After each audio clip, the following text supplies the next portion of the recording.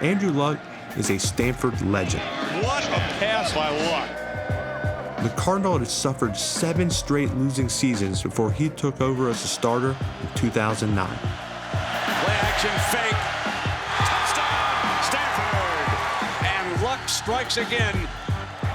Luck led Stanford to a 31-7 record in 3 straight bowl games. The architectural design major was a 2-time Heisman runner-up and was inducted into the College Football Hall of Fame in 2022. He's going to go for 6. Got a man. Touchdown, Stanford. These days, he's back on campus to lead the program back to prominence in the NIL era. Andrew Luck, as the general manager, all of a sudden they're in the new age of college football, transfer portal, NIL. Well, I'm just calling to thank you for being a season ticket member in the past and the support that you've given, and I hope you consider renewing those season tickets for this upcoming year. Yes, this is really Andrew Luck. Andrew and I have a lot in common.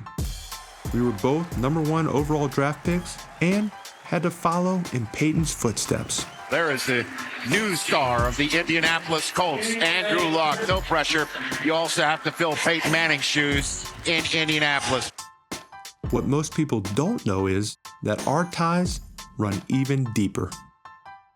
Your dad, Oliver, was a quarterback for the Oilers. My dad was a quarterback for the Orioles. They were teammates, and there's some story about your dad driving around a couple of twerps.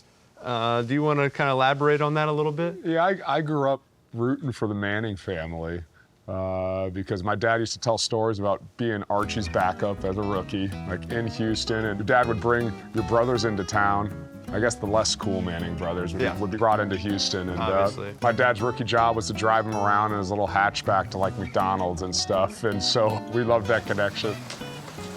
It was part of why we were Manning family fans in the Luck household growing up.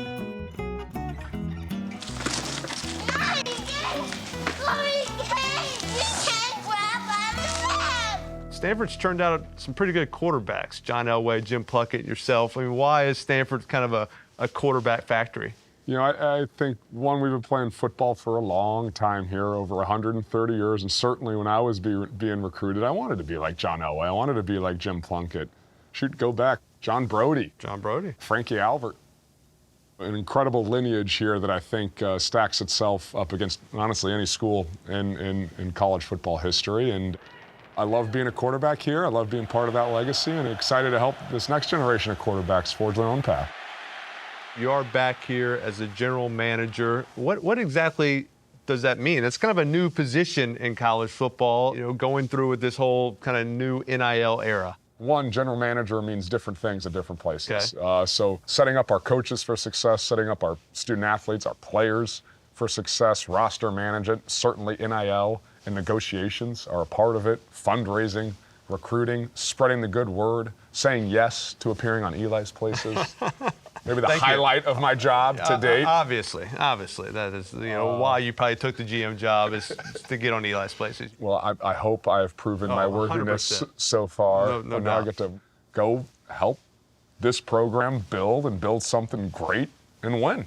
And how has the NIL era changed college football? And kind of what are your thoughts on it all? Man, there's been so much change. Yeah. So much change. And I didn't play college football too long ago. You didn't play college football too long ago, but that was a different era. Different world. A totally different era. And, you know, deeply on principle, I do hold that, gosh, too much money has been made around college football for the players that are on the field, the product, to not get a piece of the pie. Something. Right? We have to. And look, we anticipate that there continue to be some rule changes and tweaks as we march toward sort of a homeostasis, whatever that is. You know, for us, we're embracing it. We're out there.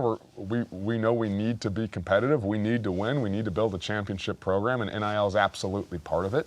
I think we can hold on to all of what makes college football special and make sure that the finances, the money, the NIL occupies the right space. Do you see a QR code on like the back of a Stanford uniform at any time? Maybe on the side of the helmets? Yeah, inside the S? I'd say nothing's off the table, Eli.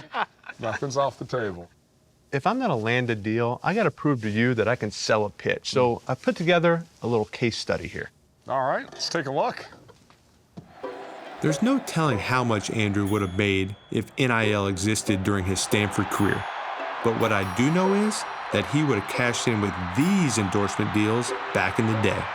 First up, Andrew's own neckbeard oil. Tough on defenses, soft on follicles. I could have used it back then. Yes, a neckbeard so good, we called it a neared. I love it. I really think this could be big in Portland. Do you love it? I love it. Next, Luck and Associates out on top retirement planning. Now, Andrew, some people think that you maybe left at the top of your game, but who better to trust with your future than the guy who retired before they were 30 years old? I'd hope I'd hire me, but I'd need your help. This is your deals. Oh, is it? Okay, Yeah. thanks. Sorry. You look like a financial advisor. I don't know what I'm doing, but I can sell the look. Andrew, you're always known as being very polite on the field and to defenders. Nice hit, big man. Oh, hey, nice hit, buddy. Yeah, buddy, good hit. Thanks, man. I think that today, kids can learn a thing or two from that. So we got the civil, snap count, manners classes for the refined QB. Just because you're shouting your huts shouldn't mean you're forgetting your pleases and your thank yous. I agree. Little help. Thanks, Philip. Now, you famously refused to get a smartphone for years, but now that you're the GM, you can't just go off the grid. So I present this solution, the A-phone. It may not browse the web, but it does come pre-loaded with a 1987 Farmer's Almanac. It harkens back to a nostalgic era. It might be what I need. This is what you need. Yes. Yes, this is the one? We can talk. Okay, we're doing deals. Oh,